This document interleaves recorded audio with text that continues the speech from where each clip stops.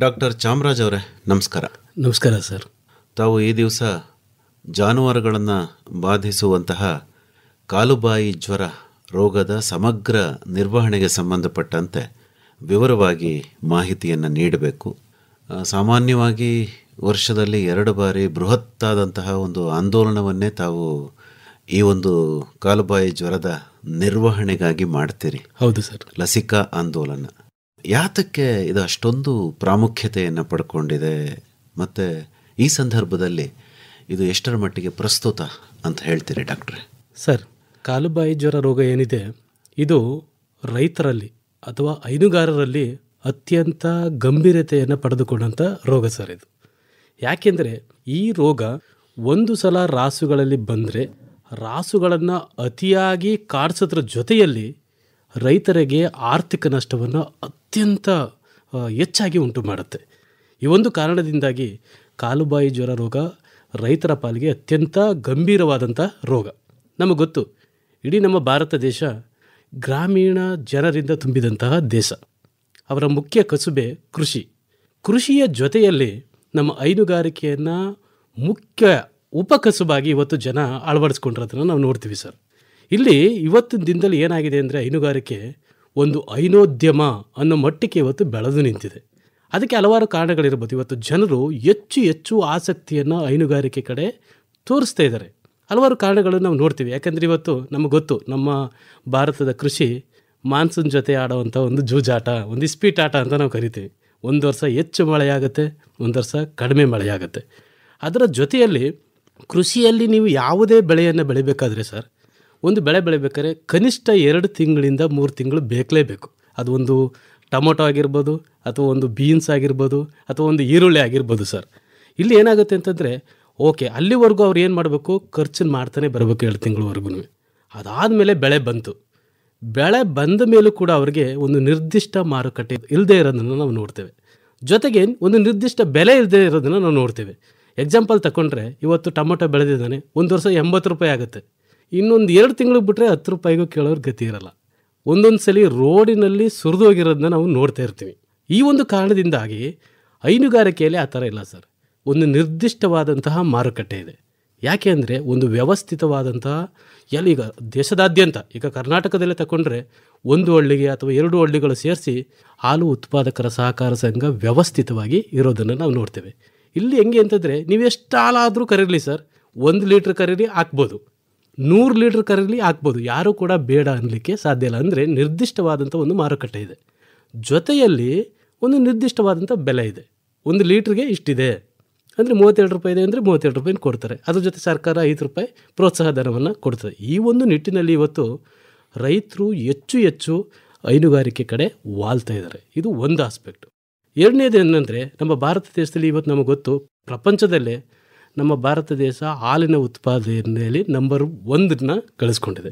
ಜೊತೆಗೆ ಜಾನುವಾರುಗಳ ಸಂಖ್ಯೆಯಲ್ಲೂ ಕೂಡ ದನಗಳ ಸಂಖ್ಯೆಯಲ್ಲಿ 2ನೇ ಸ್ಥಾನವನ್ನು ಪಡ್ಕೊಂಡಿದೆ, ಎಮ್ಮೆಯ ಸಂಖ್ಯೆಗಳಲ್ಲಿ 1ನೇ ಸ್ಥಾನವನ್ನು ಪಡ್ಕೊಂಡಿದೆ, ಆಡುಗಳ ಸಂಖ್ಯೆಯಲ್ಲಿ 3ನೇ ಸ್ಥಾನವನ್ನು ಪಡ್ಕೊಂಡಿದೆ, ಹಾಗೆ ಕುರಿಯ ಸಂಖ್ಯೆಯಲ್ಲಿ ಕೂಡ 3ನೇ ಸ್ಥಾನವನ್ನು ಪಡ್ಕೊಂಡಿದೆ.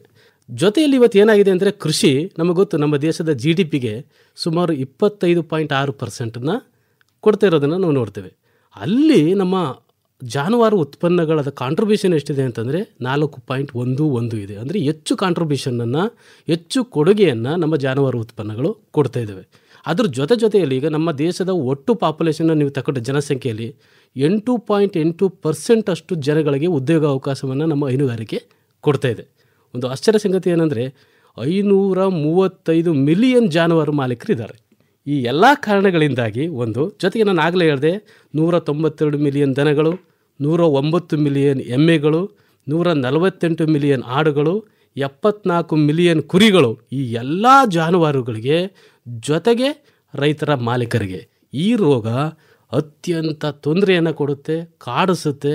ಜೊತೆಗೆ ಅವರ ಕಣ್ಣಲ್ಲಿ ನೀರನ್ನು ತರಿಸಿರುವಂಥ ಘಟನೆಗಳು ನಮ್ಮಲ್ಲಿವೆ.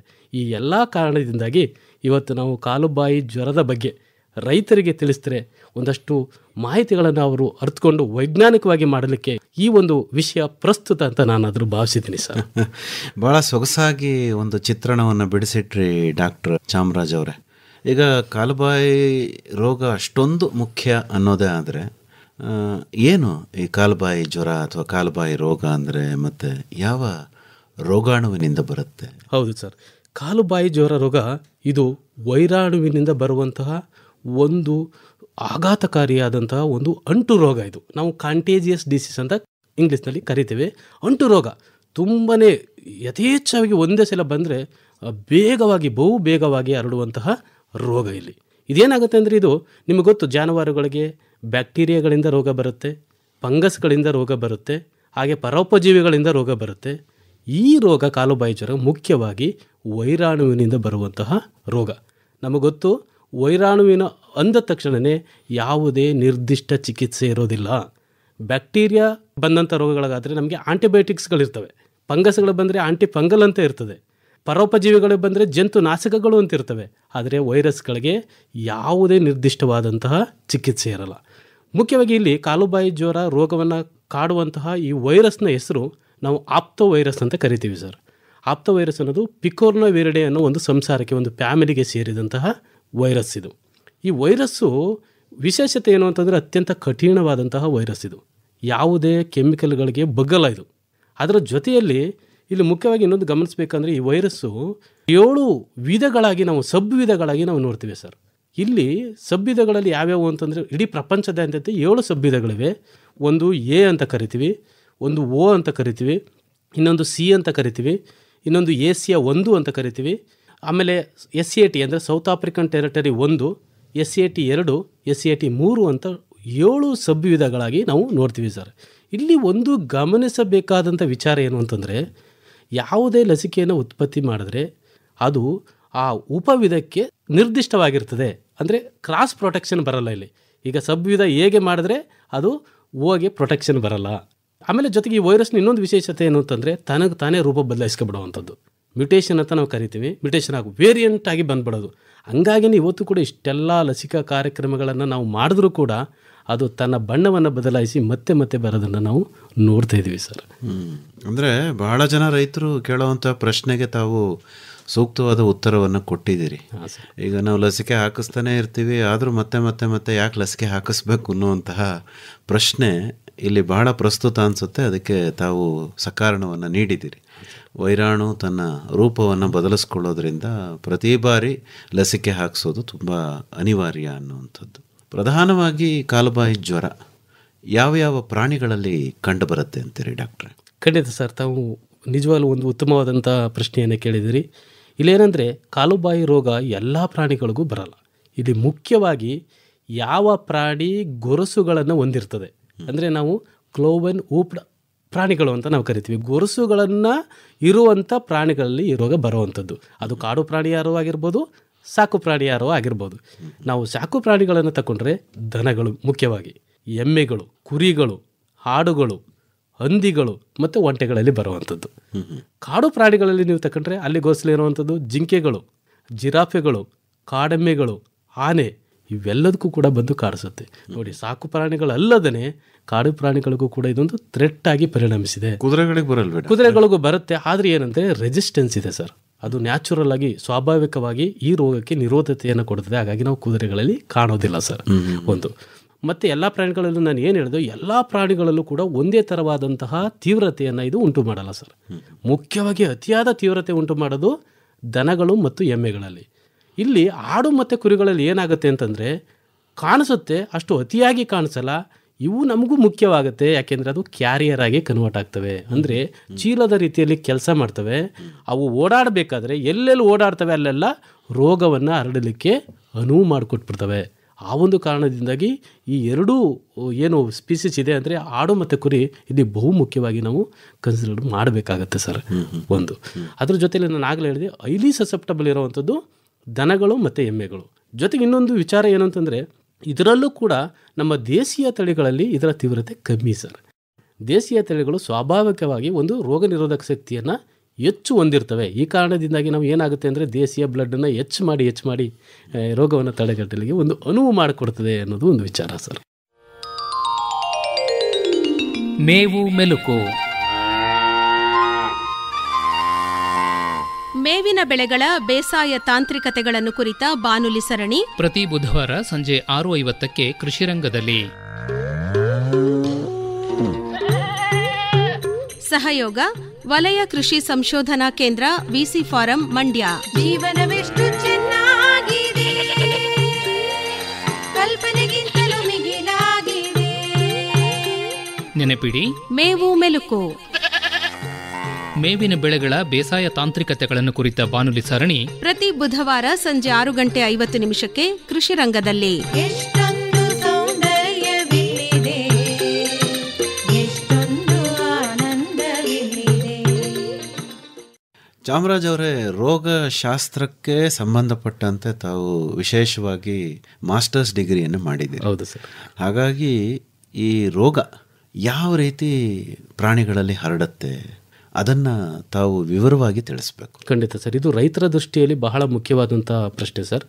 ಈಗ ಏನಂತಂದರೆ, ನಾನು ಆಗಲೇ ಹೇಳಿದೆ, ಇದು ಬಹಳ ತೀವ್ರವಾದಂಥ ಒಂದು ಅಂಟು ರೋಗ ಅಂತ. ಮುಖ್ಯವಾಗಿ ಇದು ಏನಂತಂದರೆ ನೇರ ಸಂಪರ್ಕದಿಂದ ಬರುತ್ತೆ. ಈಗ ರೋಗಗ್ರಸ್ತ ಪ್ರಾಣಿಯಲ್ಲಿದ್ದರೆ ಆ ರೋಗಗ್ರಸ್ತ ಪ್ರಾಣಿ ಇನ್ನೊಂದು ಪ್ರಾಣಿಯ ಮುಖಾಂತರ ಹೋದರೆ ತಕ್ಷಣವೇ ಆ ಪ್ರಾಣಿಗೆ ಬರುವಂತಹ ಅವಕಾಶ ಜಾಸ್ತಿ ಇರ್ತದೆ, ಒಂದನೇದು. ಎರಡನೇದು ಗಾಳಿಯ ಮುಖಾಂತರ ಬರುತ್ತೆ ಸರ್. ನಾವು ಏರೋಜಾಲ್ ರೂಟ್ ಅಂತ ನಾವು ಕರಿತೀವಿ. ಅದು ಕೆಮ್ಮಿದಾಗ, ಅಕಸ್ಮಾತ್ ಅದು ಹೋದಾಗ ಆ ಏರ್ಗಳ ಮುಖಾಂತರ ಅದು ಯಾವ ಕಡೆ ಗಾಳಿ ಬೀಸ್ತದೆ ಆ ಕಡೆ ಎತ್ಕೊಂಡು ಹೋಗುವಂಥ ಚಾನ್ಸು ಹೆಚ್ಚಿರ್ತದೆ ಸರ್. ಮೂರನೇದು ಯಾಂತ್ರಿಕವಾಗಿ ಅಂತಂದರೆ ಏನು ಅಂತಂದರೆ, ಈಗ ದೊಡ್ಡ ದೊಡ್ಡ ಫಾರ್ಮ್ಗಳಿವೆ, ಅಲ್ಲಿ ಕೆಲಸದವ್ರನ್ನ ಬಿಟ್ಟಿರ್ತಾರೆ. ಅವರು ಯಾವುದೋ ಒಂದು ಬಂದಿದ್ದಂಥ ಪ್ರಾಣಿಯ ಮುಟ್ಟಿ ತಮ್ಮ ಬಟ್ಟೆಗಳ ಮುಖಾಂತರ ಬರೋ ಚಾನ್ಸ್ ಇದೆ, ಅವರ ಕೈಗಳ ಮುಖಾಂತರ ಬರೋ ಚಾನ್ಸ್ ಇದೆ, ಅವರ ಶೂಗಳ ಮುಖಾಂತರ ಬರೋ ಚಾನ್ಸ್ ಇದೆ. ಹಂಗಾಗಿ ಇಲ್ಲೂ ಅಷ್ಟೇ, ಇದು ಜಾನುವಾರು ಮಾಲೀಕರು ಕೂಡ ತಮ್ಮ ಪ್ರಾಣಿಗಳನ್ನ ನೋಡಿ ಇನ್ನೊಂದು ಪ್ಲೇಸ್ಗೆ ಹೋದಂಥ ಸಂದರ್ಭದಲ್ಲಿ ಅಲ್ಲೂ ಕೂಡ ಬರೋ ಚಾನ್ಸ್ ಇರುವಂಥದ್ದು. ಎಲ್ಲ ರೀತಿಯಲ್ಲಿ ಇದು ರೋಗ ಹರಡುವಂಥ ಅವಕಾಶ ಇದೆ ಸರ್. ಹಾಗಾಗಿ ನಾವು ಮಾರ್ಬಿಡಿಟಿ ಮಾರ್ಟಾಲಿಟಿ ಅಂತ ನಾವು ಕರಿತೀವಿ. ಮಾರ್ಬಿಡಿಟಿ ಅಂದರೆ ಏನು ಅಂತಂದರೆ, ಈಗ ಬಂದಂಥ ಅನಿಮಲ್ಗಳಲ್ಲಿ ಅಂದರೆ ಬಂದಂಥ ಜಾನುವಾರುಗಳಲ್ಲಿ ಎಷ್ಟು ಮಟ್ಟಿಗೆ ಹರಡುತ್ತೆ ಅಂತಂದರೆ ನಾವು 90-100% ಅಂತ ಕರಿತೀವಿ ಸರ್. ಅಂದರೆ ಎಲ್ಲ ಪ್ರಾಣಿಗಳಿಗೂ ಬಂದ್ಬಿಡ್ತದೆ ಅದು. ಅದರಲ್ಲಿ ಮಾರ್ಟಾಲಿಟಿ ತಗೊಂಡ್ರೆ ಅಂದರೆ ಬಂದಂಥ ಅನಿಮಲ್ಗಳಲ್ಲಿ ಎಷ್ಟು ಸಾಯ್ತವೆ, ಮಾರ್ಟಾಲಿಟಿ ಅಂದರೆ ಎಷ್ಟು ಸಾಯ್ತವೆ ಅಂತಂದರೆ, ಇಲ್ಲಿ ದೊಡ್ಡ ಪ್ರಾಣಿಗಳಲ್ಲಿ 1-5% ಇರ್ತದೆ ಸರ್. ಆದರೆ ಚಿಕ್ಕ ಪ್ರಾಣಿಗಳಿಗೆ ಅಂದರೆ ಚಿಕ್ಕ ಕರುಗಳಿಗೆ ಮತ್ತು ಕುರಿಯ ಮರಿಗಳಿಗೆ, ಆಡಿನ ಮರಿಗಳಿಗೆ ಇದು ಗಂಡಾಂತರಕಾರಿ. ಎಷ್ಟು ಮಟ್ಟಿಗೆ ಅಂದರೆ 20%ಇಂದ ಜಾಸ್ತಿ ಆಗುತ್ತೆ ಸರ್. ಯಾಕಲ್ಲಾಗುತ್ತೆ ಅಂದರೆ, ಡೈರೆಕ್ಟಾಗಿ ಅದರ ಪ್ರಾಣಿಗಳ ಹೃದಯ ಇನ್ವಾಲ್ವ್ ಆಗುತ್ತೆ. ಹೃದಯ ಇನ್ವಾಲ್ವ್ ಆಗಿರೋದ್ರಿಂದ ಹೆಚ್ಚು ನಾವು ಸಾವನ್ನು ನೋಡ್ತೀವಿ ಸರ್ ಅದರಲ್ಲಿ. ಡಾಕ್ಟರ್ ಚಾಮರಾಜ್ ಅವರೇ, ಈಗ ವೈರಾಣು ಒಂದು ಜಾನುವಾರಿನ ದೇಹವನ್ನು ಪ್ರವೇಶ ಮಾಡ್ತು, ಅಲ್ಲಿ ಹೇಗೆ ಅದು ರೋಗವನ್ನು ಉಂಟು ಮಾಡುತ್ತೆ? ಖಂಡಿತ ಸರ್. ಈಗ ನಾನು ಹೇಳಿದೆ ಆಗಲೇ ಏನಂತ, ಈಗ ಎಲ್ಲ ರೂಟ್ಗಳಿಂದ, ಈಗ ಎಲ್ಲ ಮಾದರಿಗಳಿಂದ ಅದು ಒಂದು ಪ್ರಾಣಿಯ ದೇಹವನ್ನು ಒಕ್ಕುತ್ತೆ. ಅಲ್ಲಿ ಹೋದ ತಕ್ಷಣವೇ ಅದು ತನ್ನ ಸ್ಥಳವನ್ನು ಗುರುತು ಮಾಡ್ಕೋತದೆ. ಫಸ್ಟು ಆ ಸ್ಥಳ ಯಾವುದು ಅಂದರೆ ಗಂಟಲು, ಆ ಪ್ರಾಣಿಯ ಗಂಟಲು. ಆ ಪ್ರಾಣಿಯ ಗಂಟಲಿನಲ್ಲಿ ಫಸ್ಟ್ ಏನಾಗುತ್ತೆ, ತನ್ನ ಸಂಖ್ಯೆಯನ್ನು ಹೆಚ್ಚು ಮಾಡ್ಕೋತದೆ. ನಾವು ರೆಪ್ಲಿಕೇಶನ್ ಅಂತ ಕರಿತೀವಿ ಸರ್. ಒಂದಿದ್ದಂಥ ವೈರಸ್ಸು 2 ಆಗುತ್ತೆ, 2 ಇದ್ದದ್ದು 4 ಆಗುತ್ತೆ, 4 ಇದ್ದದ್ದು 8 ಆಗುತ್ತೆ, 8 ಇದ್ದದ್ದು 16 ಆಗುತ್ತೆ. ಈಗ ಎಕ್ಸ್ಪೊನೆನ್ಷಿಯಲ್ ಮಲ್ಟಿಪ್ಲಿಕೇಶನ್ ಅಂತ ನಾವು ಕರಿತೀವಿ. ಅದಾದಮೇಲೆ ಅಲ್ಲೆಲ್ಲ ಮಲ್ಟಿಪ್ಲಿಕೇಶನ್ ಆದಮೇಲೆ ಅದು ಕೆಳಗಡೆ ರೆಸ್ಪಿರೇಟರಿ ಟ್ರ್ಯಾಕ್ಟ್ ಅಂದರೆ ಏನು ಉಸಿರಾಟ ಅಂಗಗಳಿಗೆ ಹೋಗುತ್ತೆ. ಮೊದಲು ಶ್ವಾಸಕೋಶಕ್ಕೆ ಹೋಗುತ್ತೆ, ಅಲ್ಲಿರೋ ಎಲ್ಲ ಅಲ್ವಲಯಗಳಲ್ಲೆಲ್ಲ ಹರಡುತ್ತೆ. ಹರಡಿ ಅಲ್ಲಿ ತನ್ನ ನಂಬರ್ನ ಹೆಚ್ಚು ಮಾಡಿಕೊಂಡು ನೆಕ್ಸ್ಟ್ ಅದು ಬರೋದು ರಕ್ತಕ್ಕೆ ಬರುತ್ತೆ ಸರ್. ಅದನ್ನು ನಾವು ವೈರೀಮಿಯಾ ಅಂತ ಕರಿತೀವಿ. ಈಮಿಯಾ ಅಂದರೆ ಬ್ಲಡ್, ವೈರಸ್ ಅಂದರೆ ವೈರಸ್ ಇರೋದು, ಅಂದರೆ ಬ್ಲಡ್ಡಿನಲ್ಲಿ ವೈರಸ್ ಬರೋವಂಥದ್ದು ಆಗುತ್ತೆ ಸರ್. ಆಗ ಬ್ಲಡ್ಡಲ್ಲಿ ಬಂದಂಥ ಸಂದರ್ಭದಲ್ಲಿ ಆಗ ಎಲ್ಲ ಅಂಗಾಂಗಗಳಿಗೆ ಅದು ಹರಡಲಿಕ್ಕೆ ಸ್ಟಾರ್ಟ್ ಆಗುತ್ತೆ. ಇಲ್ಲಿ ಮುಖ್ಯವಾಗಿ ಗಮನಿಸಬೇಕು ಅಂತಂದರೆ, ಈ ವೈರಸ್ಸು ಎಲ್ಲ ಅಂಗಗಳು ಅಂದರೆ ಎಲ್ಲ ಅಂಗಗಳು ಹೋದ್ರೂ ಕೂಡ ಮುಖ್ಯವಾಗಿ ಚರ್ಮ ಮತ್ತು ಅನ್ನನಾಳದ ಅಂಗಗಳು, ಅಲ್ಲಿನ ಹೊರ ಪದರಕ್ಕೆ ಇದು ಹೆಚ್ಚು ಇಷ್ಟಪಡುತ್ತೆ. ಅದನ್ನೇ ನಾವು ಎಪಿಥೀಲಿಯೋಟ್ರೋಪಿಕ್ ಅಂತ ಕರಿತೀವಿ. ಎಪಿಥೀಲಿಯಂ ಟ್ರೋಪಿಕ್ ಅಂದರೆ ಅದಕ್ಕೆ ಇಷ್ಟಪಡೋದು ಅಂತಂತ. ಆ ಎಪಿಥೀಲಿಯೋಟ್ರೋಪಿಕ್ ಹೋಗಿ ಅಲ್ಲಿ ಏನು ಮಾಡ್ತದೆ ಅಂದರೆ ಹುಣ್ಣುಗಳನ್ನು ಮಾಡಲಿಕ್ಕೆ ಸ್ಟಾರ್ಟ್ ಮಾಡುತ್ತೆ ಸರ್. ಫಸ್ಟು ಚಿಕ್ಕ ಹುಣ್ಣುಗಳು ಮಾಡ್ತದೆ, ಅದಾದಮೇಲೆ ಅದನ್ನು ಒಡ್ಕೊಂಡು ದೊಡ್ಡ ಹುಣ್ಣುಗಳಾಗಿ ಬರ್ತದೆ. ಹಾಗಾಗಿ ಇಲ್ಲಿ ಮುಖ್ಯವಾಗಿ ಬಾಯಿಯ ಒಳಗಡೆ ಎಲ್ಲ ಹುಣ್ಣುಗಳು ಮಾಡುತ್ತೆ. ನಾಲಿಗೆಯ ತುದಿ ಭಾಗದಲ್ಲಿ ಸುಮಾರು 3ರಷ್ಟು ಇರುವಂಥ ಎಲ್ಲ ನಾಲಿಗೆಯ ತುದಿ ಭಾಗದಲ್ಲಿ ದೊಡ್ಡ ಗಾಯಗಳನ್ನ ಮಾಡುತ್ತೆ. ಒಸಡುಗಳಲ್ಲಿ ದೊಡ್ಡ ಗಾಯಗಳನ್ನ ಮಾಡುತ್ತೆ. ಮೂಗಿನ ಒಳ್ಳೆಗಳಲ್ಲಿ ದೊಡ್ಡ ಗಾಯ ಮಾಡುತ್ತೆ. ಅದರ ಜೊತೆಗೆ ಕಾಲಿನಲ್ಲಿರುವಂಥ ಆ ಗೊರಸಲಿದೆಯಲ್ಲ, ಗೊರಸಲು ಮಧ್ಯದಲ್ಲಿ ಎಲ್ಲ ವೆಸಿಕಲ್ನ ಮಾಡಿ ಅಲ್ಲಿ ಗಾಯಗಳನ್ನ ಮಾಡುತ್ತೆ. ಮತ್ತು ಆ ಗೊರಸು ಮತ್ತು ಆ ಮೂಳೆ ಇದೆಯಲ್ಲ, ಅದ್ರ ಮಧ್ಯೆ ಇರುವಂಥ ಒಂದು ಕರನರಿ ಬ್ಯಾಂಡ್ ಅಂತ ಕರಿತೀವಿ ನಾವು, ಅಲ್ಲಿ ಗಾಯಗಳನ್ನ ಮಾಡಿ ಅದು ಬುಟ್ಟೋಗೋ ಥರ ಮಾಡಿಬಿಡ್ತದೆ. ಸೀಳನ್ನು ನಾವು ನೋಡ್ತೇವೆ, ಅತಿಯಾದಂಥ ನೋವು ಇರ್ತದೆ ಅದಕ್ಕೆ. ಅದರ ಜೊತೆ ಇನ್ನು ಕೆಚ್ಚಲು ಸುತ್ತ ಹೋಗಿ ಅಲ್ಲಿ ಗಾಯ ಮಾಡುತ್ತೆ. ಕೆಚ್ಚಲಿನ ಒಳಗಡೆ ಏನಾದರೂ ತೂತು ಒಳಗಡೆ ಇನ್ಫೆಕ್ಷನ್ ಹೋದರೆ ಅಲ್ಲಿ ಕೆಚ್ಚಲು ಬಾವನ್ನು ಕಾಜ್ ಮಾಡುತ್ತೆ. ಈ ಎಲ್ಲ ಕಾರಣಗಳಿಂದಾಗಲೇ ಈ ವೈರಸ್ಸು ಎಪಿಥೀಲಿಯಂನ ತುಂಬ ಇರೋದ್ರಿಂದ ನಾವು ಅದಕ್ಕೆ ಮುಖ್ಯವಾಗಿ ಕಾಲು ಮತ್ತು ಬಾಯಲ್ಲಿ ಹೆಚ್ಚು ಹೆಚ್ಚು ರೋಗವನ್ನು ಬಾರಿಸೋದ್ರಿಂದ ಇದಕ್ಕೆ ಕಾಲು ಬಾಯಿ ಜ್ವರ ಅನ್ನೋ ಒಂದು ಹೆಸರು ಕೂಡ ಇದಕ್ಕೆ ಬಂದಿದೆ ಸರ್. ಈಗಾಗಲೇ ತಾವು ವಿವರಿಸ್ಬಿಟ್ಟಿದ್ದೀರಾ, ಆದರೂ ಕೂಡ ಸಾಮಾನ್ಯರಿಗೆ ಅರ್ಥ ಆಗೋ ರೀತಿಯಲ್ಲಿ ಲಕ್ಷಣಗಳನ್ನು ಹೇಳಬೇಕು. ಖಂಡಿತ ಸರ್, ಇದು ಬಹಳ ಮುಖ್ಯ. ಈಗ ನಮ್ಮ ರೈತರು ಅರ್ಥ ಮಾಡ್ಕೋಬೇಕು ಆ ರೋಗ ಅಂದರೆ ಲಕ್ಷಣಗಳ ಬಹಳ ಮುಖ್ಯ. ಇಲ್ಲಿ ಏನಾಗುತ್ತೆ ಅಂದರೆ ಈ ಕಾಲುಬಾಯಿ ಜ್ವರ ಬಂದ ತಕ್ಷಣ ಮೊದಲನೆಯ ಲಕ್ಷಣ ನಾವು ಅತಿಯಾದಂಥ ಜ್ವರ ಸರ್. ಅತಿಯಾದ ಜ್ವರ ಎಷ್ಟು ಮಟ್ಟಿಗೆ ಅಂದರೆ 105ರಿಂದ 106 ಡಿಗ್ರಿ ಫ್ಯಾರನ್ಹೀಟ್ ಇರ್ತದೆ ಸರ್. ಈಗ ಒಂದು ಹಸುವಿನ ನಾರ್ಮಲ್ ಟೆಂಪರೇಚರ್ ಏನಿದ್ರೆ 100 ಡಿಗ್ರಿ ಫ್ಯಾರನ್ಹೀಟ್, ಇಲ್ಲಿ ಏನಾಗುತ್ತೆ 106 ಡಿಗ್ರಿ ಫ್ಯಾರನ್ಹೀಟ್ಗೆ ಹೋಗುತ್ತೆ. ಇದು ಮೊದಲನೇ ಸಿಂಪ್ಟಮ್ಮು. ಎರಡನೇದು ನಾನು ಆಗಲೇ ಹೇಳಿದೆ, ವೈರಸ್ಸು ಎಲ್ಲ ಅಂಗಾಂಗಗಳಿಗೆ ಹೋಗಿರೋದ್ರಿಂದ ಮುಖ್ಯವಾಗಿ ಬಾಯಿಯಲ್ಲಿ ಎಲ್ಲ ಕಡೆ ಹುಣ್ಣುಗಳನ್ನು ನಾವು ನೋಡ್ತೀವಿ. ದೊಡ್ಡದಾಗಿ ಹುಣ್ಣುಗಳನ್ನ ನೋಡ್ತೀವಿ, ಅಗಲವಾದ ಹುಣ್ಣುಗಳು. ಅಲ್ಲಿ ಏನಾಗುತ್ತೆ, ಅದು ಒಡೆದೋಗಿ ರಕ್ತಸ್ರಾವ ಆಗೋದನ್ನು ನಾವು ನೋಡ್ತೀವಿ. ಜೊತೆಗೆ ಮೂರನೇ ಚಿಹ್ನೆ ಏನು ಅಂತಂದರೆ ಅದು ಸೌಂಡ್ ಮಾಡುತ್ತೆ, ಸ್ಮ್ಯಾಕಿಂಗ್ ಸೌಂಡ್ ಅಂತ ನಾವು ಕರಿತೀವಿ. ಲೊಚ ಲೊಚ ಲೊಚ ಅಂತ ಇದು ಕೇಳಿಸ್ತದೆ ಸರ್. ಅಲ್ಲಿ ದೂರದಲ್ಲಿ ಹೋಗ್ತಿದ್ರೆ, ನೀವು ದಾರಿಯಲ್ಲಿ ಹೋಗ್ತಿದ್ರೆ ಅದು ಪಾಪ ಬಾಯಿ ಬಿಡೋದು, ಬಾಯಿ ತೆಗೆದು ಆ ನೋವಿನಿಂದ ಇದು ಟಿಪಿಕಲ್ ಆಗಿ ಕೇಳಿಸುತ್ತೆ ಸರ್. ಅದ್ರ ಜೊತೆಗೆ ಸಲೈವ, ಅಲ್ಲಿರುವಂಥ ಜೊಲ್ಲು ರಸ ನೊರೆಯಾಗಿ ಬಿದ್ದಿರೋದನ್ನು ನಾವು ನೋಡ್ತೀವಿ. ಇದು ಮೂರನೇ ಸಿಂಪ್ಟಮ್ಸ್. ನಾಲ್ಕನೇದು ಏನು ಅಂತಂದರೆ ಹಾಲೇನು ಕೊಡುವಂಥ ರಾಸುಗಳೇನಿದೆ ಸಡನ್ನಾಗಿ ಹಾಲು ಕಮ್ಮಿ ಆಗುವಂಥದ್ದು. 10 ಲೀಟ್ರ್ ಹಾಲು ಕೊಡ್ತದೆ ಅಂದರೆ 2 ಲೀಟ್ರ್ 3 ಲೀಟ್ರಿಗೆ ಬರೋದನ್ನು ನಾವು ನೋಡ್ತೇವೆ. ಅತಿಯಾಗಿ ತಕ್ಷಣವೇ ಕಮ್ಮಿ ಆಗೋಗುತ್ತೆ. ನಾಲ್ಕನೇದು ಏನಂತಂದರೆ ಬಾಯಿಗಳಲ್ಲೆಲ್ಲ ಉಣ್ಣಿರೋದ್ರಿಂದ ಅದು ಏನು ಆಹಾರವನ್ನು ತಿನ್ನಲಿಕ್ಕೆ ಸಾಧ್ಯ ಆಗಲ್ಲ. ಹಾಗಾಗಿ ಸುಮ್ಮನೆ ನಿಂತ್ಕೊಬಿಡ್ತದೆ. ಸುಮ್ಮನೆ ಯಾವಾಗ ಆಹಾರವನ್ನು ತಿನ್ನಲ್ವೋ ಸುಸ್ತಾಗ್ಲಿಕ್ಕೆ ಸ್ಟಾರ್ಟ್ ಆಗುತ್ತೆ, ಒಂಥರ ತಾರಾಡೋ ಥರ ಆಗುತ್ತೆ. 5ನೇ ಸಿಂಪ್ಟಮ್ ಏನಂದರೆ ಕಾಲುಗಳಲ್ಲಿ ಹೆಚ್ಚು ಹುಣ್ಣುಗಳಾಗುವಂಥದ್ದು, ನಾನಾಗಲೇ ಹೇಳಿದ್ನಲ್ಲ ಸೀಲ್ ಬಿಡುವಂಥದ್ದು, ಅಲ್ಲಿ ಊತ ಬರುವಂಥದ್ದು. ಪಾಪ ಅದ್ರ ಕೈಲಿ ನಿಲ್ಲಲಿಕ್ಕೆ ಆಗಲ್ಲ, ತುಂಬ ಅತಿಯಾದಂಥ ನೋವು ಇರ್ತದೆ, ಮತ್ತು ಅದು ಬಿದ್ದೋಗೋವಂಥದ್ದನ್ನು ನಾವು ನೋಡ್ತೀವಿ. ಇನ್ನು ಕೆಚ್ಚಲ ಕಡೆ ಬಂದರೆ ನಾನು ಆಗಲೇ ಹೇಳಿದೆ, ಕೆಚ್ಚಲಲ್ಲೆಲ್ಲ ಗಾಯ ಆಗುವಂಥದ್ದು. ಎಷ್ಟೋ ಜನ ಕನ್ಫ್ಯೂಸ್ ಮಾಡ್ಕೊಬಿಡ್ತಾರೆ, ಏನೋ ಬಂದುಬಿಟ್ಟಿದೆ ನಮ್ಮ ಕೆಚ್ಚಲಿಗೆ, ಏನೋ ಆಗಿದೆ ಅಂತಂತ. ಹಾಗಾಗಿ ಕೆಚ್ಚಲುಗಳಲ್ಲಿ ನಾವು ಗಾಯಗಳಾಗೋದನ್ನು ನೋಡ್ತೇವೆ. ಜೊತೆಗೆ ಅಡ್ವಾನ್ಸ್ ಪ್ರೆಗ್ನೆನ್ಸಿ ಇದ್ದರೆ, ಅಂದರೆ 7, 8 ತಿಂಗಳು 9 ತಿಂಗಳು ಪ್ರಸೂತಿ ಇರೋವಂಥ ಹಸುಗಳಲ್ಲಿ ಇದು ಗರ್ಭಪಾತವನ್ನು ಮಾಡುತ್ತೆ. ಇವೆಲ್ಲವೂ ಕೂಡ ಚಿಹ್ನೆಗಳು. ಮುಖ್ಯವಾಗಿ ಸ್ಮ್ಯಾಕಿಂಗ್ ಸೌಂಡು ಅನ್ನೋದೇ ಬಹಳ ಮುಖ್ಯವಾಗಿ ಎದ್ದು ಕಾಣುತ್ತೆ ಸರ್. ಅದರಲ್ಲಿ ಬಹಳ ಪ್ರಧಾನವಾದಂತಹ ಘಟ್ಟ ಏನಪ್ಪ ಅಂದರೆ ಚಿಕಿತ್ಸೆ. ಮೊದಲಿಗೆ ಲಸಿಕೆ, ಹಾಗೂ ಕೂಡ ಬಂತು ಅಂದರೆ ಚಿಕಿತ್ಸೆ. ಲಸಿಕೆ ಬಗ್ಗೆ ಮೊದಲು ಹೇಳ್ಬಿಡಿ. ಖಂಡಿತ ಸರ್. ಈಗೇನಂತಂದರೆ ಲಸಿಕೆನೇ ಇದಕ್ಕೆ ರಾಮಬಾಣ ಸರ್. ಕಾಲುಬಾಯಿ ಜ್ವರ ಅಂದರೆ ಏನು ಅಂತಂದರೆ, ರಾಸುಗಳಿಗೆ ಬಂದರೆ ನಾವು ಒಂದು ಪದ ಇದೆ, ಬದುಕಕ್ಕೂ ಬಿಡಲ್ಲ ಸಾಯಕ್ಕೂ ಬಿಡಲ್ಲ ಅಂತ ಕೆಟ್ಟ ರೋಗ ಇದು. ಸಾಯಕ್ಕೆ ಬಿಡಲ್ಲ, ಆದ್ರೂ ಅದನ್ನು ಆ ಥರ ಕಾಡಿಸುತ್ತೆ ಅಂತಂತ. ಹಾಗಾಗಿ ಇಲ್ಲಿ ಮುಖ್ಯವಾಗಿ ಪ್ರಧಾನವಾಗಿ ಏನಂತಂದರೆ ನಮಗೆ ಲಸಿಕೆಯೇ ರಾಮಬಾಣ. ಒಳ್ಳೆಯ ಲಸಿಕೆ ಇದೆ. ಕರೆಕ್ಟಾಗಿ 6 ತಿಂಗಳಿಗೊಮ್ಮೆ ಲಸಿಕೆಯನ್ನು ಹಾಕಿದ್ರೆ ಅತ್ಯಂತ ಪರಿಣಾಮಕಾರಿಯಾಗಿ ಈ ರೋಗವನ್ನು ನಾವು ತಡೆಗಟ್ಬೋದು ಸರ್, ತಡೆಗಟ್ಬೋದು. ನಾನು ಆಗಲೇ ನಿಮಗೆ ಸಬ್ ವಿಧಗಳನ್ನ ನಾನು ಹೇಳಿದೆ. ಏನಂತ 7 ವಿಧಗಳಿವೆ ಅಂತ ಅನ್ನೋದು ಭಾಳ ಮುಖ್ಯ ಆಗುತ್ತೆ. ಇಲ್ಲಿ ವ್ಯಾಕ್ಸಿನೇಷನ್ ವಿಚಾರಕ್ಕೆ ಬಂದಂಥ ಸಂದರ್ಭದಲ್ಲಿ ಆ 7 ವಿಧಗಳನ್ನ, ಸಬ್ ವಿಧಗಳನ್ನ ನಾನು ಹೇಳಲೇಬೇಕು. ಒಂದು ಎ ಅಂತ, ಒಂದು ಓ ಅಂತ, ಒಂದು ಸಿ ಮತ್ತು ACA1, SAT 1, SAT 2, SAT 3 ಅಂತ ಸರ್. ಆದರೆ ನಮ್ಮ ಭಾರತದಲ್ಲಿ ಕಾಣಿಸ್ಕೊಳ್ಳೋದು 4 ಸಬ್ ವಿಧ ಸರ್. ಒಂದು ಓ, ಒಂದು ಎ, ಸಿ ಮತ್ತು ACA1. ಅದರಲ್ಲೂ ಕೂಡ ಇವತ್ತು ಭಾರತ ದೇಶದಲ್ಲಿ ಎಷ್ಟು ರೋಗೋದ್ರೇಕಗಳಾಗಿದೆ, ಅದರಲ್ಲಿ 80% ಈ ರೋಗೋದ್ರೇಕಗಳನ್ನು ಉಂಟು ಮಾಡಿರುವಂಥದ್ದು ಓ ಅನ್ನೋ ಟೈಪು ಸರ್, ಓ ಅನ್ನೋ ಟೈಪು.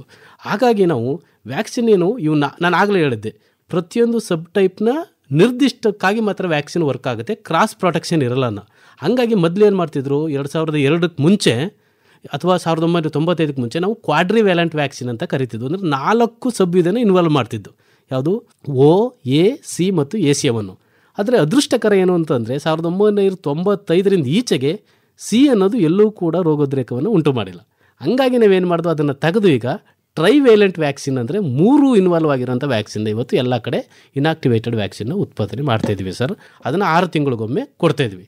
ಇಲ್ಲಿ ನಾನು ವ್ಯಾಕ್ಸಿನೇಷನು ತಡೆಗಟ್ಟುವ ವಿಚಾರ ಅಂತ ಬಂದರೆ ನಾನು 2 ಜವಾಬ್ದಾರಿಗಳನ್ನು ನಾನು ಮಾತಾಡಬೇಕಾಗತ್ತೆ ಸರ್. ಒಂದು ಇಲಾಖೆಯ ಜವಾಬ್ದಾರಿಗಳು ಮತ್ತು ಇನ್ನೊಂದು ರೈತರ ಹೊಣೆಗಾರಿಕೆಗಳು ಅನ್ನೋದು ಬಹಳ ಬಹಳ ಮುಖ್ಯವಾಗುತ್ತೆ. ಎಫೆಕ್ಟಿವ್ ಆಗಿ ನಾವು ಕಂಟ್ರೋಲ್ ಮಾಡಬೇಕು ಅಂದರೆ ಇಲ್ಲಿ ಇಲಾಖೆಯ ಜವಾಬ್ದಾರಿಗಳು ಏನಪ್ಪ ಅಂತಂದರೆ, ನಮಗೆ ಮುಖ್ಯವಾಗಿ ಆ ಗುರಿ ಅಂತ ಹೊಂದಿರುವಂಥ ಅಂದರೆ ಟಾರ್ಗೆಟ್ ಪಾಪ್ಯುಲೇಷನ್ ಏನಿದೆ ಅದಕ್ಕೆ ನಾವು ಪರಿಣಾಮಕಾರಿಯಾಗಿ ಲಸಿಕೆಯನ್ನು ಹಾಕಬೇಕು. ಇಲ್ಲಿ ಮಾಡಬೇಕಾಗಿದ್ದೇನು, ನಾವು ಮೊದಲನೇದಕ್ಕೆ ಮಾಡಬೇಕಂತದ್ದು ಟಾರ್ಗೆಟ್ ಪಾಪ್ಯುಲೇಷನ್ನ ಗುರುತಿಸಬೇಕು.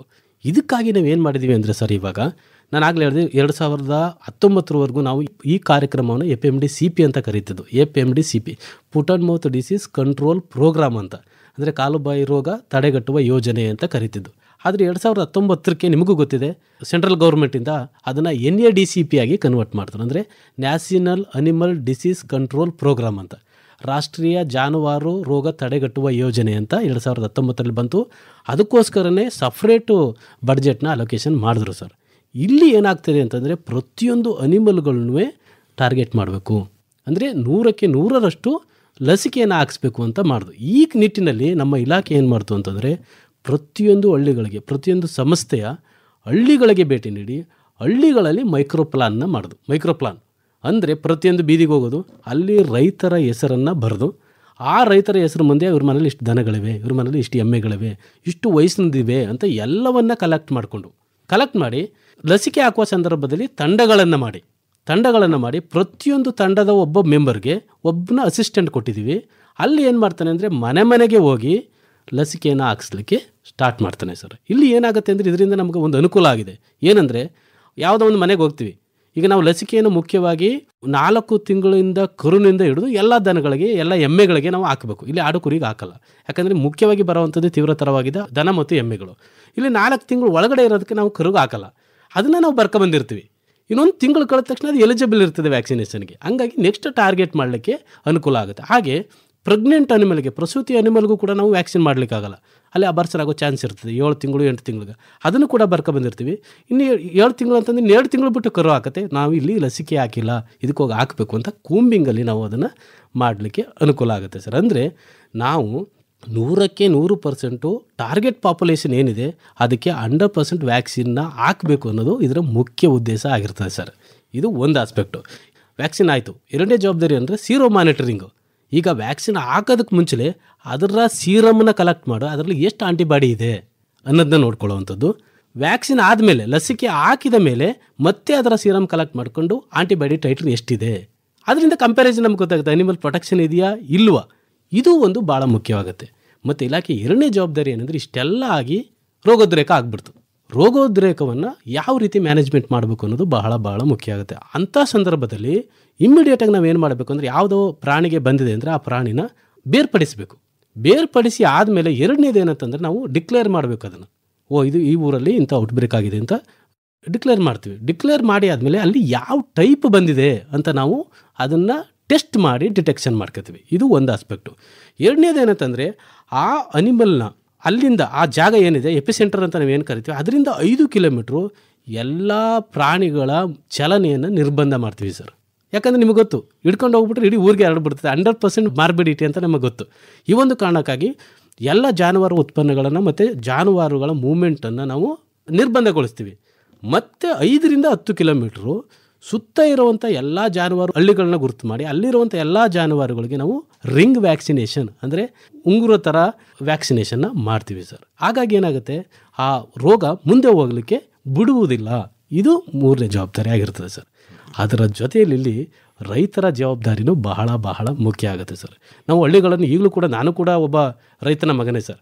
ಹಾಗಾಗಿ ಹಳ್ಳಿ ಕಡೆ ಹೋದಂಥ ಸಂದರ್ಭದಲ್ಲಿ ಕೆಲವರು ಇನ್ನೂ ಕೂಡ ಲಸಿಕೆಯನ್ನು ಹಾಕ್ಸ್ಕೊಳ್ಳಲ್ಲಿ ಹಿಂಜರಿಯೋದು, ತಿರಸ್ಕಾರ ಎಲ್ಲ ಅಂತ ಹೇಳಲ್ಲ ಸರ್. 90% ರೈತರು ಅತ್ಯಂತ ಉತ್ತಮವಾಗಿ ಸಹಕಾರವನ್ನು ನೀಡ್ತಾರೆ, ಒಂದು 10% ಇರ್ತಾರೆ.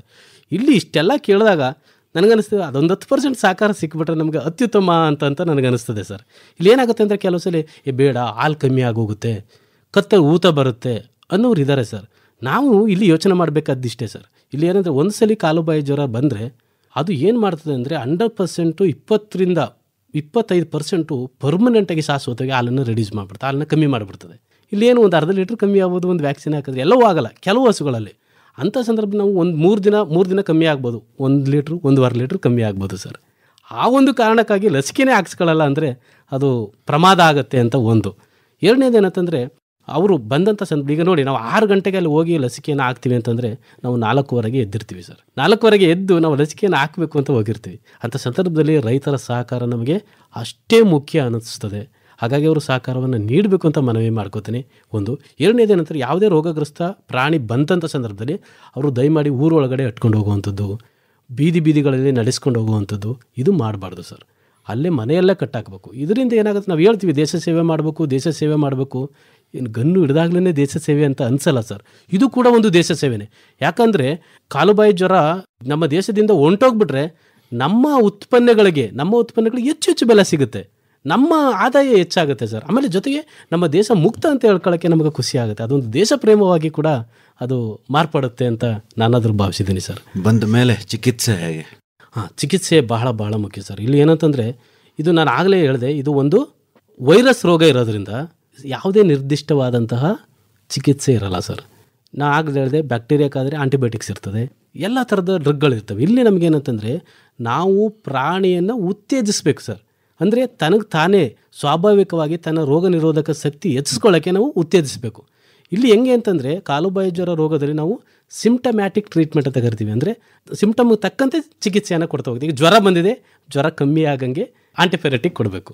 ನೋವಿದೆ, ಸಿಕ್ಕಾಪಟ್ಟ ನೋವಿದೆ, ಊತಗಳಲ್ಲಿದೆ, ಹಾಗಾಗಿ ನೋವು ನಿವಾರಕಗಳನ್ನು ಕೊಡಬೇಕು. ಮೂರನೇದು ಏನಂತಂದರೆ, ಗಾಯಗಳೆಲ್ಲ ಓಪನ್ ಇರೋದ್ರಿಂದ ಸೆಕೆಂಡರಿ ಬ್ಯಾಕ್ಟೀರಿಯಲ್ ಅಟ್ಯಾಕ್ ಆಗುತ್ತೆ. ಹಂಗಾಗಿ ಆಂಟಿಬಯೋಟಿಕ್ನ ಒಂದು 2 ದಿನ 3 ದಿನ ಕಂಟಿನ್ಯೂ ಮಾಡಬೇಕು ಸರ್. ಜೊತೆಗೆ ನಾನು ಆಗಲೇ ಹೇಳಿದೆ, ಅದು ಏನು ಮೇವನ್ನು ತಿನ್ನಲ್ಲ, ಹಂಗಾಗಿ ಹೆಚ್ಚು ಗ್ಲೂಕೋಸ್ಗಳನ್ನು, ಫ್ಲೂಯಿಡ್ಸ್ಗಳನ್ನು ಕೊಡಬೇಕು. ಅದ್ರ ಜೊತೆಯಲ್ಲಿ ಈ ಗಾಯಗಳಾಗಿರ್ತದೆ, ಬಾಯಿಗಳಲ್ಲೆಲ್ಲ ಗಾಯಗಳಾಗಿರೋದ್ರಿಂದ ಗ್ಲಿಸರಿನ್ ಇದೆಯಲ್ಲ, ಸ್ಮೂತ್ ಇರ್ತದೆ, ಅದನ್ನು ಅಲ್ಲಿಗೆ ಹಚ್ಚಬೇಕು ಸರ್. ಅದನ್ನು ಅಲ್ಲಿ ಹಚ್ಚಿದ್ರೆ ಅದು ಸ್ಮೂತ್ನೆಸ್ ಬರ್ತದೆ. ಇನ್ನು ಕಾಲುಗಳಲ್ಲಿ ಬಂದರೆ ಕಾಲುಗಳಲ್ಲೆಲ್ಲ ಗಾಯ ಆಗಿರ್ತವೆ, ಅಲ್ಲಿ ಏನಾಗುತ್ತೆ, ನೊಣಗಳನ್ನ ಅಟ್ರಾಕ್ಟ್ ಮಾಡ್ತದೆ. ನೊಣಗಳೇನಾದ್ರು ಕುಂತಾದ್ರೆ ಮ್ಯಾಗಟ್ಸ್ಗಳಾಗ್ಬಿಡ್ತವೆ, ಹುಳುಗಳಾಗ್ಬಿಡ್ತವೆ. ಅದನ್ನು ಬರದಂತೆ ಈಗ ಬೇವಿನೆಣ್ಣೆ ಅಥವಾ ಟಾಪಿಕಲ್ ಅಪ್ಲಿಕೇಶನ್ಗಳು ಬರ್ತವೆ, ಅದನ್ನು ನಾವು ಅಲ್ಲಿ ಅಪ್ಲೈ ಮಾಡಬೇಕಾಗುತ್ತೆ. ಇದು ಬಹಳ ಮುಖ್ಯವಾಗುತ್ತೆ. ಅದ್ರ ಜೊತೆಯಲ್ಲಿ ರೈತರು ಮಾಡಬೇಕಾದಂಥ ಕೆಲಸ ಏನಂದರೆ, ಆ ಟೈಮಲ್ಲಿ ಬಾಯೆಲ್ಲ ಹುಣ್ಣುಗಳಾಗಿರೋದ್ರಿಂದ ಪಾಪ ಅದು ಗಟ್ಟಿ ಪದಾರ್ಥ ತಿನ್ನಲಿಕ್ಕಾಗಲ್ಲ ಸರ್. ಒಣ ಹುಲ್ಲನ್ನ ಕೊಟ್ಬಿಡೋದು, ಹಿಂಗೆಲ್ಲ ಮಾಡ್ತಾರೆ. ಅದು ಆಗಬಾರ್ದು. ಸ್ಮೂತ್ ಇರುವಂಥ ಮೆದುವಾದಂಥ ಫುಡ್ಡನ್ನು ನಾವು ಅಲ್ಲಿ ಕೊಡಬೇಕು. ರಾಗಿ ಅಂಬಲಿ ಕೊಡುವಂಥದ್ದು, ಅಕಸ್ಮಾತ್ ನೀವೇನೋ ಹಸಿರು ಮೇವು ಕೊಟ್ಟರೆ ಅದನ್ನು ಕಟ್ ಮಾಡಿ ಚಿಕ್ಕ ಕಟ್ ಮಾಡಿ ಕೊಡುವಂಥದ್ದು. ಒಂದು ದೇವರು ಸೃಷ್ಟಿ ಏನಂತಂದರೆ, ನಮ್ಮ ದನಗಳೇ ಆಗಲಿ ಎಮ್ಮೆಗಳೇ ಆಗಲಿ ಚಿಕ್ಕ ಪುಟ್ಟ ನೋವುಗಳಿಗೆ ಕೇರೆ ಮಾಡಲ್ಲ ಸರ್. ಅವು ಅಷ್ಟು ಗಾಯಗಳಾದರೂ ತಿನ್ಲಿಕ್ಕೆ ಸ್ಟಾರ್ಟ್ ಮಾಡಿಬಿಡ್ತವೆ. ಅಥವಾ ದೇವರು ಕೊಟ್ಟ ಕೊಡುಗೆ ಅಂತ ಅನಿಸ್ತದೆ. ಯಾವಾಗ ಹಂಗಾಗುತ್ತೆ ಅಂದರೆ, ತುಂಬ ಜಾಸ್ತಿ ಆದಾಗ ಮಾತ್ರ ಅವು ಆ ಥರ ಇರ್ತವೆ ಸರ್.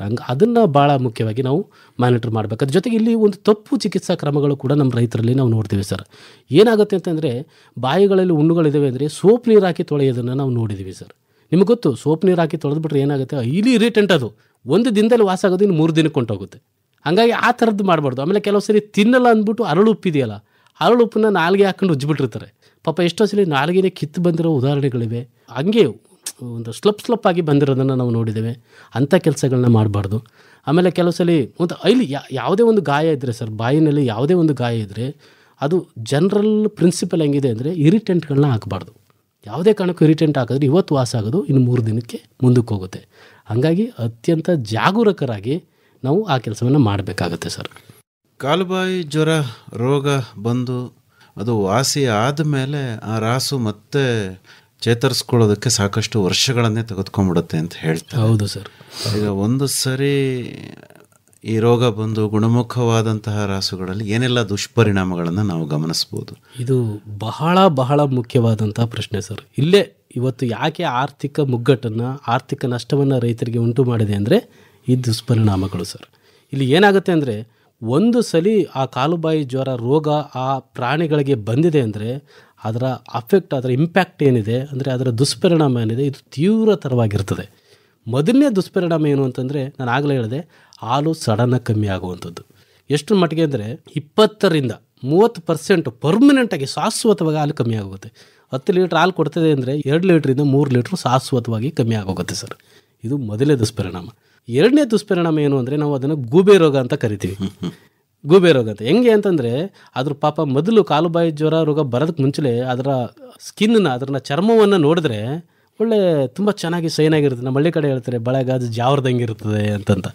ಆ ಥರ ಇದ್ದಂಥದ್ದು ಕಾಲುಬಾಯಿ ಜ್ವರ ರೋಗ ಬಂದ ಮೇಲೆ ದೊಡ್ಡ ಕೂದಲುಗಳು ಬಂದುಬಿಡ್ತವೆ ಸರ್. ಒಂಥರ ಕೂದಲುಗಳೆಲ್ಲ ಬಂದ್ಬಿಟ್ಟು ಅದರ ಚರ್ಮ ಒಂಥರ ಗಂಟು ಥರ ಒಂಥರ ವಿಚಿತ್ರವಾಗಿ ನೋಡೋಕ್ಕೆ, ಅದನ್ನೇ ಗೂಬೆ ರೋಗ ಅಂತ.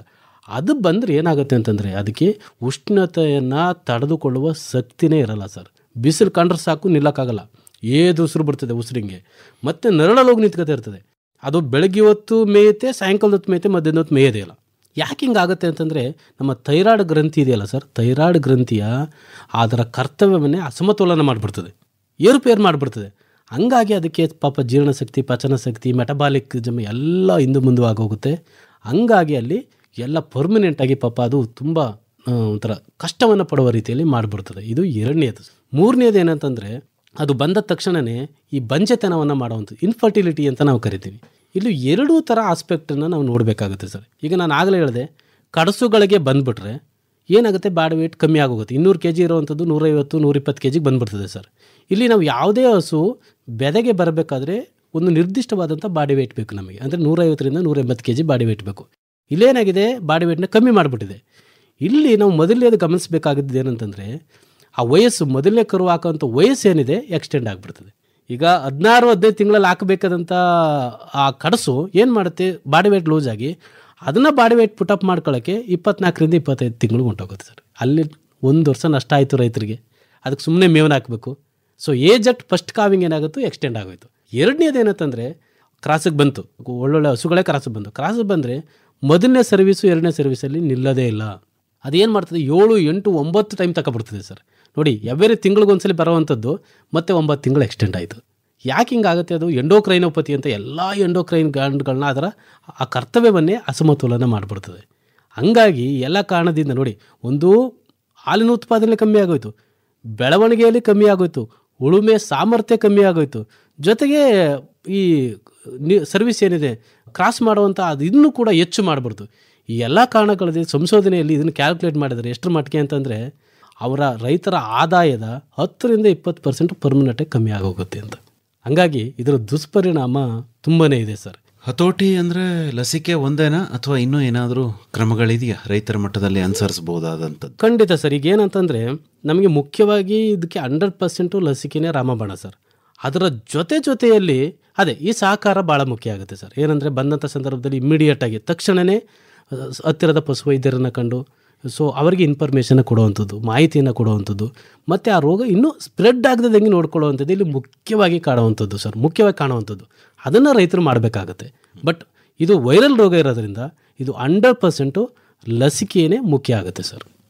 ಚೀಲಗಳು ಅಂತ ಹೇಳಿದ್ರಿ, ಆಡು ಮತ್ತು ಕುರಿಗಳು, ಈಗ ಅವುಗಳಲ್ಲಿ ರೋಗ ಇದ್ದು ಅದು ಈ ರಾಸುಗಳಿಗೆ ವರ್ಗಾವಣೆ ಆಗ್ತಾ ಇದ್ರೆ ಅಲ್ಲಿ ಏನಾದರೂ ನಿರ್ವಹಣೆ ಮಾಡಬೇಕಾಗುತ್ತೆ? ಖಂಡಿತ ಸರ್. ಈಗ ಏನಾಗುತ್ತೆ ಅಂದರೆ, ನಾನು ಆಗಲೇ ಹೇಳಿದೆ, ಆಡು ಮತ್ತು ಕುರಿಗಳಲ್ಲಿ ಬಂದರೆ ಇದು ತೀವ್ರವಾಗಿ ಏನು ಕಾಣಿಸಲ್ಲ ಸರ್. ರೋಗ ತೀವ್ರವಾಗಿ ಅಷ್ಟೊಂದು ಕಾಣಿಸಲ್ಲ. ಇಲ್ಲಿ ಮುಖ್ಯವಾಗಿ ಏನಂದರೆ, ನಾನು ಆಗಲೇ ಹೇಳಿದೆ, ಇಲ್ಲಿ ಟಾರ್ಗೆಟ್ ಪಾಪ್ಯುಲೇಷನ್ ಏನು ಅಂತಂದರೆ ದನ ಮತ್ತು ಎಮ್ಮೆಗಳು. ನಾವು ಅದಕ್ಕೇ ಲಸಿಕೆಯನ್ನು ಹಾಕ್ಬಿಟ್ರೆ ಅವಕ್ಕೆ ಬರೋದು ತಪ್ಪುತ್ತೆ ಅನ್ನೋದು ಕಾನ್ಸೆಪ್ಟ್ ಸರ್ ಇಲ್ಲಿ. ಸೊ ಹಾಗಾಗಿ ನಾವು ಮುಖ್ಯವಾಗಿ ದನ ಮತ್ತು ಎಮ್ಮೆಗಳನ್ನೇ ಟಾರ್ಗೆಟ್ ಮಾಡ್ತೀವಿ ಸರ್.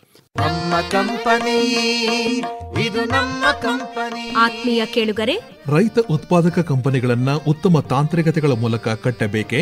ಕಂಪನಿಗಳ ಆಡಳಿತ ನಿರ್ವಹಣೆ ಮಾಡುವುದನ್ನು ಕಲಿಯಬೇಕೆ? ಕೃಷಿ ಉತ್ಪನ್ನಗಳ ಮಾರಾಟಕ್ಕೆ ನಿಮ್ಮದೇ ಜಾಲ ರೂಪಿಸಿಕೊಳ್ಳಬೇಕೆ? ಕೃಷಿಕರದೇ ಕಂಪನಿಗಳನ್ನು ಲಾಭದಾಯಕವಾಗಿ ಮುನ್ನಡೆಸುವ ಕಲೆಯನ್ನು ಕರಗತ ಮಾಡಿಕೊಳ್ಳಬೇಕೆ? ಮತ್ತೇಕೆ ತಡ, ಆಲಿಸಿ. ಪ್ರತಿ ಗುರುವಾರ ಸಂಜೆ 6:50 ಕೃಷಿ ರಂಗ ಕಿಸಾನ್ ವಾಣಿಯಲ್ಲಿ ಬಿತ್ತರವಾಗುವ ಬಾನುಲಿ ಸರಣಿ ನಮ್ ಕಂಪನಿ, ನಮ್ ಕಂಪನಿ, ನಮ್ ಕಂಪನಿ. ನಮ್ಮ ಹೊಲ ನಮ್ಮ ಬೆಳೆ, ಪೂರ್ಣ ಲಾಭದ ನ್ಯಾಯ, ಸಮಬಾಳು ಸಮಪಾಲು ಎಂಬುದೇ ಕಂಪನಿಯ ಧ್ಯೇಯ. ಈ ಕಾರ್ಯಕ್ರಮ ಸರಣಿ ಮೈಸೂರು ಆಕಾಶವಾಣಿಯ ಯೂಟ್ಯೂಬ್ ಚಾನೆಲ್ ಅಲ್ಲೂ ಲಭ್ಯ.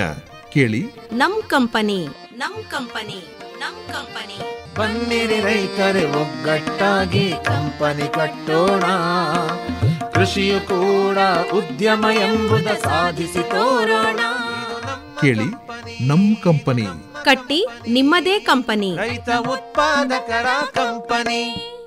ಡಾಕ್ಟರ್ ಚಾಮರಾಜ್ ಅವರೇ, ಬಹಳ ಸೊಗಸಾಗಿ ವಿಚಾರಗಳನ್ನು ಪ್ರಸ್ತುತಪಡಿಸಿದ್ರಿ. ಆದರೂ ಕೂಡ ರೈತರ ಮನಸ್ಸಲ್ಲಿ ಸಂದೇಹಗಳಿರಬಹುದು. ಹೆಚ್ಚಿನ ಮಾಹಿತಿಗೆ ತಮ್ಮನ್ನೇ ನೇರವಾಗಿ ಸಂಪರ್ಕ ಮಾಡಬೇಕು ಅಂತಾದರೆ ಸಂಪರ್ಕಕ್ಕಾಗಿ ತಮ್ಮ ಮೊಬೈಲ್ ಸಂಖ್ಯೆ ಕನ್ನಡದಲ್ಲಿ ಹೇಳ್ಬೋದಾ? ಖಂಡಿತ ಸರ್, ಹೇಳ್ತೀನಿ. ನನ್ನ ಸಂಖ್ಯೆ ಹೀಗಿದೆ: 9 6 6 3 1 4 3 9 9 6. ಇನ್ನೊಮ್ಮೆ 9 6 6 3 1 4 3 9 9 6. ಇನ್ನೂ ಒಂದು ಸರಿ ಹೇಳ್ಬಿಡಿ ಚಾಮರಾಜ್. 9 6 6 3 1 43996. ಒಳ್ಳೆಯದು ಚಾಮರಾಜ್ ಅವರೇ, ಇದುವರೆಗೂ ಕಾಲುಬಾಯಿ ಜ್ವರ ರೋಗದ ಸಮಗ್ರ ನಿರ್ವಹಣೆಗೆ ಸಂಬಂಧಪಟ್ಟಂತೆ ಬಹಳ ಸೊಗಸಾಗಿ ಮಾಹಿತಿಯನ್ನು ನೀಡಿದ್ರಿ. ವಂದನೆಗಳು, ನಮಸ್ಕಾರ. ಧನ್ಯವಾದಗಳು ಸರ್. Thank you sir.